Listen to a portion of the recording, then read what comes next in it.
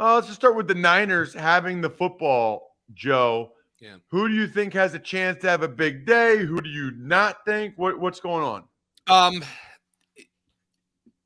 Based on what I saw last week, and that's just last week, it could be a tough day for the Niners. I mean, Brock Purdy. Look, I tweeted this about Brock Purdy, and people are like, "Well, you're not being." No, I think I am being fair. I don't think it's discounting anything that Brock Purdy has done. He was Mr. Irrelevant. He was the final pick in the NFL draft. He's a rookie, and he has his team in the NFC Championship game. Those are all facts. Those are all impressive facts. I do think watching the games, Purdy has had a couple of throws that if somebody doesn't drop the ball, somebody doesn't take a bad angle, we're like, oh my Lord, what is he doing? I think there's a little bit of a run of luck that Brock Purdy is on. The San Francisco 49ers scored one offensive touchdown last week. Dallas just couldn't move the football. So I think this is a potential tough spot for Purdy because Philadelphia's pass rush, very good, just like Dallas's. Philadelphia's secondary is better than Dallas's. What I think is they really need Christian McCaffrey to get going, but Christian McCaffrey's dealing with a calf injury. So we don't know exactly how close to 100% he is. Saquon Barkley last week had 82 yards from scrimmage on 11 touches. Of course, 35 of that came on a single run. So I'm not really sure how much we could read into that for Philadelphia. Now, Brock Purdy, 7-0 as a starter. No rookie quarterback has ever won the conference championship game. So I don't think that necessarily matters this week, but it just goes to show you what kind of rare air he's in, what kind of position he's in. What I would think here, I think the best opportunity for the 49ers to make plays is get confusing at the line of scrimmage with Christian McCaffrey and Deebo Samuel. I'm not breaking any news there. Christian McCaffrey and Deebo Samuel are their best offensive players. So I think that's what they need to do to kind of protect Brock Purdy. Get the ball out of his hands early, because I certainly think Kyle Shanahan is going to say, man, the longer he stands back there in that pocket and that pass rush gets to him, maybe some of these balls that are hitting the turf, they're going to go into the hands of defenders. And I think that is why the Eagles are favored 2.5, 3 points right now. I thought if San Francisco looked the way it has throughout most of its 12-game winning streak, I thought this would be closer to a pick-em. And the books actually at points essentially have San Francisco power rated higher than the Eagles. You get a home point advantage. I'm not so sure they have that anymore. So I think despite San Francisco's win last week, I do think the books, the markets are a little tiny bit concerned about Brock Purdy in this spot. It is not taking anything away from Brock Purdy. It is just a concern. The 49ers are going to have to rely on yards after the catch, McCaffrey, Ayuk too. I mean, the guy's a stud. George Kittle, Deebo, all those guys creating plays, maybe forcing the Eagles to tackle. That has been a problem for the Eagles at points this year. So I think that is a big possibility for the 49ers. I'm not so sure how much they want Brock Purdy taking 5 and 7 step drops and looking down the field against this secondary, which completely shut out the Giants receivers last week. What about Kittle? What about Jawan Jennings? Is there somebody like a Jennings or an Ayuk that people could have in their lineups that there's a chance that those guys I think Jawan Jennings, slot receiver, third down kind of guy. Avonte Maddox, it's Wednesday morning. There's no practice reports. It doesn't seem like Avonte Maddox, the Eagles slot corner, was particularly close to playing last week. And if you think there's a spot on that defense that is exploitable, it's probably the linebackers at the second level. And the fact that they're down to their backup slot corner, which is now C.J. Gardner-Johnson, by the way. He was playing safety, but he's now their slot, and he's good at it. But Reed Blankenship, the undrafted safety, he's probably a guy they might look to exploit with George Kittle. On the other side, when the Eagles have the ball, they got a lot of weapons, Joe. I mean, they just massacred the Giants, and they didn't even really use A.J. Brown or Devontae Smith that much. Yeah, Devontae has kind of become, I guess, Jalen Hurts' go-to guy until A.J. Brown becomes their go-to guy. And that is where the 49ers are exploitable. We saw DK Metcalf go nuts against them 2 weeks ago. We saw CeeDee Lamb go nuts against them last week. If Jalen Hurts has time to throw, he can go after this secondary, and I actually expect that's what the Eagles are going to do. That's not to say Miles Sanders won't get some carries here and there, but the Eagles fans since the Andy Reid era, we got to run the ball more. Well, last week they did it extremely well against the Giants. I'm just not sure that's the way Nick Sirianni and company are going to want to attack the 49ers. I think they're going to view this secondary as exploitable, and it's going to come down to kind of the way it came down to for the 49ers last week. Can they force Jalen Hurts to turn the ball over a couple of times? Can they get Nick Bosa after Jalen Hurts? Lane Johnson is dinged up.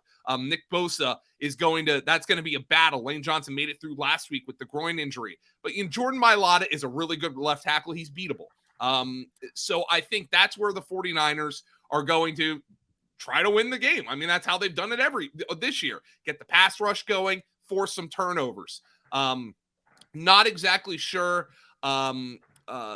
The 49ers is a great matchup for Dallas Goedert. They average the 8th fewest fantasy points per game allowed to tight ends during the regular season. Dalton Schultz did score last week, but I kind of call that the Fred Warner effect. Everybody saw him streaking down the seam with CeeDee Lamb last week. He's the best coverage linebacker in football, which is going to make things probably a little bit tougher on Dallas Goedert this week. I think it's an A.J. Brown game. I think it's a Devontae Smith game. The 49ers allowed the fewest fantasy points per game to running backs during the regular season. That's why I think this is a Hurts, Smith, A.J. Brown game against the San Francisco 49ers for the Eagles. The same way it's been all year. Hurts, Smith, A.J. Brown. Those are the guys that I think the Eagles are going to say we're going to play to our strengths. Jalen Hurts played a clean game last week. Probably is going to have to do more this week in order to get past the 49ers. But this is their opportunity to throw the ball all over the yard with this spectacular young wide receiver duo. Kind of how I think it'll go down as well, Joe. I think the Eagles are going to try to throw the ball to Devontae Smith and A.J. Brown and like their matchups on the outside. I would agree. Yeah. In terms of anybody playing like a Sunday slate, is there a chance for Quez? Quez didn't even Quez was splitting the reps with Pascal last week. Yeah, and I think Quez splitting the reps with Pascal is more of a we're going to block for our run game kind of thing for the Eagles. There is one name for Philadelphia. I want to pull up his numbers over the last couple of weeks here. A guy who's been very quietly having a strong second half of the season. Although, I mean, last week was by far his best game is Kenny Gainwell. I like that one, He's Joe. been kind of their short yardage kind of back, believe it or not, even though he's and their third down back. Caught a pass for 9 yards. I mean, I'm digging deep here. I go back to their game against Dallas in week 16, their last super competitive game. He had 4 catches for 41 yards. He's going to get some snaps. And if they're throwing the ball a lot in this game, I think he's a guy who might benefit from some checkdowns, especially if the pass rush gets after Jalen Hurts. So there's maybe an Eagle. Last week, he ran for 112 yards against the Giants. I mean, the Eagles pulled their starters in the second half of that game. So I think Kenny Gainwell might be a guy who can be a cheap addition to your report. Also, Elijah Mitchell, by the way, with Christian McCaffrey a little dinged up, but Mitchell's dinged up as well. So that San Francisco backfield's a little problematic right now. Let's get to the Bengals and the Chiefs game. This will be the 6:30 p.m. Eastern time game in Kansas City. No neutral site, thankfully. We'll start with the Bengals on offense. Joe, I know you know this, but Burrow is really impressive. Yeah, he's he reminds me of like a Brady Manning type in that he's beating people with his brain. He's just that smart. He's a dog too. He's super competitive. I mean, like I said it last week, and everybody knows this now. Like, we have to find a way to talk about Mahomes where we can compare other guys to him, where you're not like saying, oh, he's better than Mahomes. And like, I think that's just human nature. People are sick of being like, oh yeah, Patrick Mahomes is the best. Like, but man, Joe Burrow, he's just a different kind of player than Patrick Mahomes. And right now, we saw this game open Kansas City 1.5. It's split. It's flipped. Cincinnati is now a 1-point favorite. And with Mahomes' injury status, I'm not so sure that's a bad thing. You know, Cincinnati, if you're looking at why maybe the markets or Vegas would set this line where it is, well, look at the trends. Cincinnati is the best team in the entire AFC against the spread. They're 13-4-1. Kansas City is a massive public team, but they're the worst team against the spread in the AFC at 5-12-1. So Kansas City gets money every week, and if you bet on Kansas City every week, you got somebody at your door coming looking for their money, okay? Because Kansas City's been terrible against the spread, and now Cincinnati's favored. And with the way Cincinnati played last week, with the way Joe Burrow played last week, vis-a-vis Patrick Mahomes being injured, I don't know if I can argue with that. Cincinnati, Jamar Chase, T. Higgins, they're the type of guys who can get after you in this matchup, as you well know. Chase has scored 9 times in his last 9 games. He didn't score against Kansas City the last time they played, but he still had 97 yards receiving in that game. T. Higgins did score against the Chiefs in early December, despite having only 5 targets. So Joe Mixon, by the way, had a great game last week. Samaje Perine ran more. Yeah, I don't think anybody was expecting that, Joe. No, I wasn't expecting Mixon to have that game. But if you're expecting maybe like a traditional, the total here is 47, which is probably a little low for a Chiefs Bengals game. I think that accounts for the Mahomes injury. Samaje Perine still ran more routes than Joe Mixon last week, and caught 5 passes. Samaje Perine is an under the radar guy in a projected competitive game against that Chiefs pass rush to get into your lineup. He could catch 4 or 5 passes yet again in this matchup. Other than that, I mean, Cincinnati's pretty cut and dry. Maybe Trent Irwin's a guy you can throw out there and hope he catches a short touchdown pass. Hayden Hurst, by the way, 5 for 59, almost scored a touchdown against the Bills last week. So Cincinnati's humming right now. The offensive line still a concern, but it held up extremely well. Ross, you had to have been impressed with that performance. Yeah, I mean, it was wild to be on the sideline while it snowed the whole game. I was impressed with how well they were able to throw and catch the ball in the snow. I just can't believe that the Bills got run on like that. Mixon was physical. The O-line was blocking well. It felt like the Bengals had better footing than the Bills did on the Bills' home turf there in the snow. And Mixon felt like the forgotten man this year. I mean, wasn't Mixon like, aren't the Bengals the pass happiest team in the NFL? And yet in that game, they were able to lean on Mixon and pound them. And I almost wonder if, I know we're going to talk about, we can maybe get an early start on talking about the teams that were eliminated last week. Just one thought. I mean, it almost feels like the Bengals came into Buffalo and played the game people kind of think Buffalo plays. Oh, Josh Allen's a big guy, they're a physical team. And Buffalo is kind of a finesse team here down the stretch, and they weren't able to run the football. And Cincinnati went in there with all these high-flying weapons and this hot-shot quarterback and just ran the ball down their throat. Not to say they didn't make plays with Jamar Chase in that game and Joe Burrow, but they were able to run the ball when they needed to in bad weather conditions. And I almost wonder if that's kind of a prototype for what the Bills are going to do this offseason as they look to rebound from 2 consecutive disappointing playoff exits. Did you say Cincinnati's the best team against the spread? In the AFC, yes. Wow, that's surprising. And they're on Kansas a 10-game City's worst in the whole NFL, right? Kansas City is the worst, yes. 5-12-1. Just AFC or in NFL? In the NFL. Wow. That's interesting that the Bengals, because you would think that they went to the Super Bowl last year. Yep. And I like, here's what happened with the Bengals, I think. They started the year so slowly. They had those ugly performances. They lost to the Steelers in week 1. They got their butts whipped by the Cowboys in week 2. And I almost wonder if Super Bowl hangover, here we go. And the power rankings just never caught up with that even though, they're playing, I think you can make an easy argument they're the best team in the NFL left. There's only 4 teams left, so it's not that hard to do. But they're playing really well right now on their winning streak.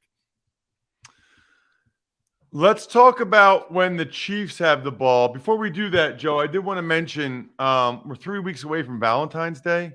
You really need to go to myfrontpagestory.com. I'm talking about you, Joe, for Valentine's Day for your wife. what do you normally get her? Like flowers, maybe take her out to dinner.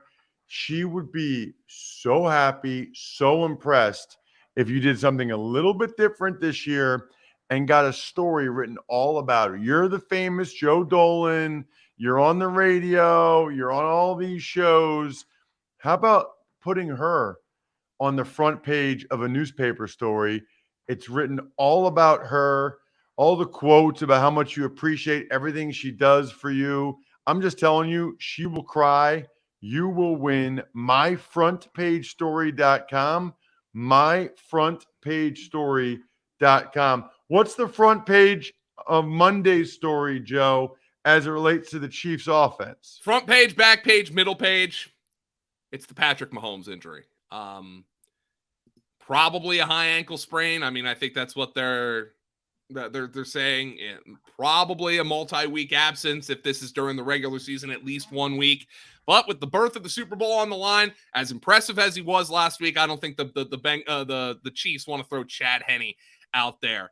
Lou Anarumo, Ross, tell me about this guy, because he's been kind of like I would think 99% of NFL fans heading into the postseason could not have told you who the Bengals defensive coordinator was, and now he's the talk of the town.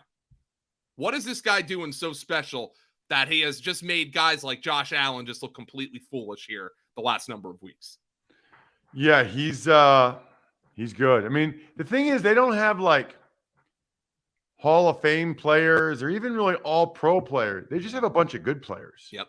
You know, like Logan Wilson's good. Hubbard's good. Hendrickson's good. Reeder's good. Bates is good.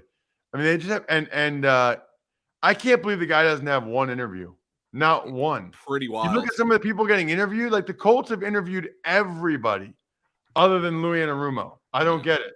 Well, whatever the case, I think the Bengals are happy to have him. And look, I mean, Josh Allen last week, I know he was dealing with the elbow injury the second half of the season, but it wasn't a mobility injury. Patrick Mahomes with a mobility injury, that second reaction ability for Patrick Mahomes is so impressive and so dangerous. And I don't think the Bengals are going to take Patrick Mahomes for granted in this game, but it does make him a little bit easier to defend.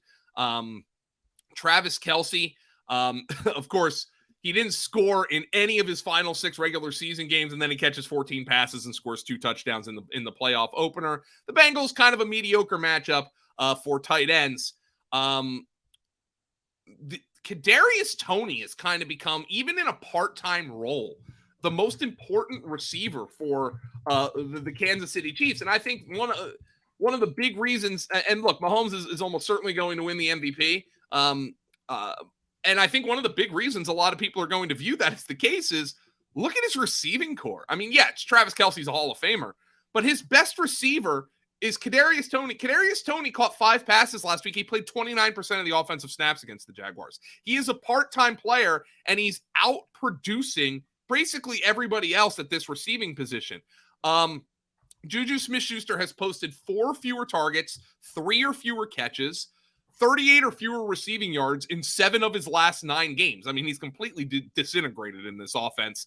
And one of those down performances came against the Bengals in week 13 in that loss when he had just 35 yards. So Juju Smith-Schuster is not somebody I'm terribly interested in. Valdez-Scantling is 28 or fewer receiving yards in 6 consecutive games. He did score last week. Justin Watson had just 12 yards. Sky Moore had 3 yards on 2 touches. I mean, the Kansas City Chiefs are a very Kelsey-oriented offense right now. Isaiah Pacheco-oriented offense. Jerick McKinnon out of the backfield. Pacheco scored against the Bengals back in early December, as did McKinnon. Pacheco had a rushing touchdown. Jerick McKinnon had a receiving touchdown. With Patrick Mahomes injured, I wouldn't be surprised to see this backfield be super important for them. Interesting. Yeah, I can see a lot of McKinnon and a lot of Pacheco in this game. I like that, Joe, a lot.